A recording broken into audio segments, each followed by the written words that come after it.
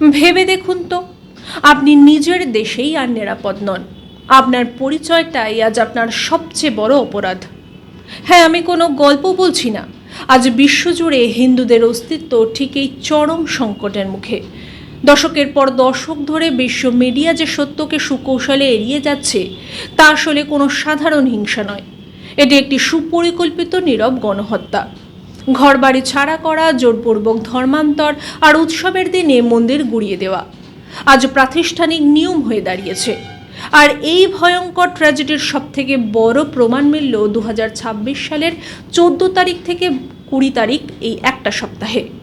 ভারত আর বাংলাদেশের সনাতনীদের ওপরেই ঘটা রাজনৈতিক হিংসা আর নারী নির্যাতনের সেই কালো দিনগুলোর আসল সত্যটা আজ আমরা জানাবো। নিজের অস্তিত্বের সত্যটা জানার ক্ষমতা যদি থাকে আপনার, ভিডিওটা শেষ পর্যন্ত দেখবেন। নমস্কার, আমি চন্দ্রিমা। মাধ্যমের আরেকটি ভিডিওতে আপনাকে স্বাগত। আপনারা দেখছেন আমাদের বিশেষ বিভাগ Hindus under attack round up. এই সপ্তাহের বিতর্কটা শুরু হয়েছে ভারতের সদ্য আত্মপ্রকাশ করা রাজনৈতিক দল ককরোচ জনতা পার্টি বা সিজেপিকে কেন্দ্র করে। দলটির মুখপাত্র বিজেতা দাহিয়ার বিরুদ্ধে সনাতন ধর্মের অনুভূতিতে আঘাত দেওয়ার একটি গুরুতর অভিযোগ সামনে এসেছে। 2017 সালের একটি পুরনো হরিয়ানভি মিউজিক ভিডিও নিয়ে এই প্রতিবাদের ঝড় উঠেছে। অভিযোগ উঠছে যে বিজেতা দাহিয়ার নিজস্ব প্রযোজনা সংস্থা আনম্যান্ড আর্টওয়ার্কস থেকে তৈরি ভোলে কাটিং কারালে নামের গানটিতে ভগবান শিব এবং দেবী পার্বতীকে অত্যন্ত অবমাননাকর এবং আপত্তিকরভাবে প্রদর্শন করা হয়েছিল, যা নিয়ে বর্তমানে ক্ষোভ বাড়ছে। বিতর্কের আঁচ লেগেছে কর্পোরেট জগতেও। এবার তীব্র ক্ষোভের মুখে পড়েছে অ্যামাজন ইন্ডিয়ার কুইক কমার্স প্ল্যাটফর্ম অ্যামাজন নাও। তাদের একটি নতুন বিজ্ঞাপনী প্রচারকে কেন্দ্র করে দেশ জুড়ে তোলপাড় শুরু হয়েছে। বিজ্ঞাপনে পঞ্চম শতাব্দীর কিংবদন্তি গণিতবিদ এবং জ্যোতির্বিজ্ঞানী আর্যভট্টের মতো দেখতে একজনকে ব্যবহার করে একটি ভাইরাল স্টান্ট করা হয়েছিল। হিন্দু সংগঠন এবং আইনজীবীদের অভিযোগ, এর মাধ্যমে এই শ্রদ্ধেয় মনীষীকে অবমাননা করা হয়েছে। প্রাচীন ভারতীয় ঐতিহ্যকে এভাবে খাটো করার কারণে বিষয়টি মোটেই হালকাভাবে নেওয়া হয়নি। ইতিমধ্যে এর বিরুদ্ধে আইনি নোটিশ এবং থানায় পুলিশ অভিযোগ দায়ের করা হয়েছে, যার ফলে সোশ্যাল মিডিয়াতে নেটিজেনদের ক্ষোভ আছড়ে পড়ছে।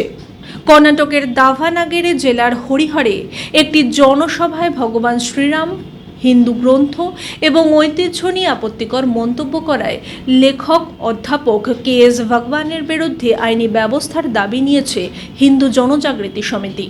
সংগঠনের অভিযোগ, ভগবানের এই বক্তব্য দেশের কোটি কোটি মানুষের ধর্মীয় অনুভূতিতে গভীর আঘাত এনেছে। এই অনুষ্ঠানে বক্তব্য রাখার সময় তিনি শ্রীরামের জন্ম এবং রাজা দশরথের পুত্রকামেষ্টি যজ্ঞ নিয়ে অত্যন্ত বিতর্কিত এবং উস্কানিমূলক মন্তব্য করে। এই ঘটনার পরিপ্রেক্ষিতে কর্ণাটক পুলিশের কাছে তার বিরুদ্ধে আনুষ্ঠানিক অভিযোগ দায়ের করা হয়েছে। প্রশ্ন একটাই, সনাতন ধর্ম কি এতটাই সস্তা যে যার যখন খুশি এসে আঘাত করে চলে যাবে? এদিকে মহারাষ্ট্রের নাগপুর থেকে সামনে এসেছে এক অত্যন্ত চাঞ্চল্যকর এবং নৃশংস অপরাধের ঘটনা। সেখানে 24 বছর বয়সী এক বিবাহিত তরুণী অভিযোগ করছেন যে তাকে কেবল ধর্ষণ আর ব্ল্যাকমেল করা হয়নি, বরং তার থেকে মোটা অঙ্কের টাকার তোলাবাজি এবং শেষ পর্যন্ত জোরপূর্বক ধর্মান্তরের জন্য চরম চাপ সৃষ্টি করা হয়েছিল। ধৃতদের নাম আইয়াজ তাজ মাদারে এবং আমিন শেখ। এই ঘটনায় দায়ের করা এফআইআরে মধ্যপ্রদেশের ছিন্দওয়ারা জেলার বাসিন্দা হজরত মাওলানা নামে আরেক ব্যক্তির নামও রয়েছে। তাকে খুঁজে বের করতে পুলিশ ইতিমধ্যে একটি তল্লাশি অভিযান শুরু করেছে। বিনোদনের দুনিয়ায় বিতর্কের তালিকায় এবার যুক্ত হয়েছে ওটিটি প্ল্যাটফর্মও।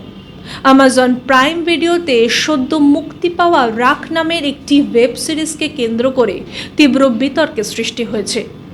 সমালোচকদের দাবি, সিরিজটি 1978 সালের দিল্লির বিখ্যাত রাঙ্গাবিল্লা হত্যাকাণ্ড থেকে অনুপ্রাণিত হয়ে তৈরি হলেও এতে সুকৌশলে বাস্তব চরিত্রগুলোর ধর্মীয় এবং সামাজিক পরিচয় বদলে দেওয়া হয়েছে। অন্যদিকে অভিনেতা প্রকাশ রাজকেও ঘিরে তৈরি হয়েছে নতুন বিতর্ক। সমালোচকদের একাংশের মতে তিনি নিজেকে হিন্দু বিরোধী নন, বরং সংখ্যাগরিষ্ঠতাবাদী রাজনীতির বিরোধী বলে দাবি করতেন। তার বিভিন্ন বিতর্ক মন্তব্য এবং বাস্তব অবস্থান নিয়ে এই দাবির সঙ্গে একেবারেই মিলছে না, যা নিয়ে নেট দুনিয়ায় সমালোচনা চলছে। ভারতের সীমানা পেরিয়ে প্রতিবেশী দেশ বাংলাদেশেও হিন্দু সংখ্যালঘুদের নিরাপত্তা এবং অধিকার নিয়ে নতুন করে চরম উদ্বেগ তৈরি হচ্ছে। বিভিন্ন মানবাধিকার কর্মী এবং আন্তর্জাতিক সনাতনী সংগঠনের দাবি, সেখানে মন্দির ভাঙচুর, জমি দখল এবং মিথ্যা ধর্ম অবমাননার অজুহাতে হিন্দুদের টার্গেট করা হচ্ছে। এর পাশাপাশি নারী নির্যাতন, জোরপূর্বক ধর্মান্তরের মতো একের পর এক ভয়ঙ্কর ঘটনা ঘটে চলেছে, যা ওখানকার সংখ্যালঘু হিন্দু সম্প্রদায়ের মনে প্রতিনিয়ত এক গভীর আতঙ্ক এবং তীব্র নিরাপত্তাহীনতা সৃষ্টি করেছে। এই এক সপ্তাহে বাংলাদেশের বাগেরহাট জেলার চিতলমারী উপজেলার রিপন মণ্ডল নামের এক হিন্দু ব্যবসায়ী এবং তার বৃদ্ধা মায়ের উপর এক ভয়ঙ্কর সশস্ত্র হামলার ঘটনাও ঘটেছে।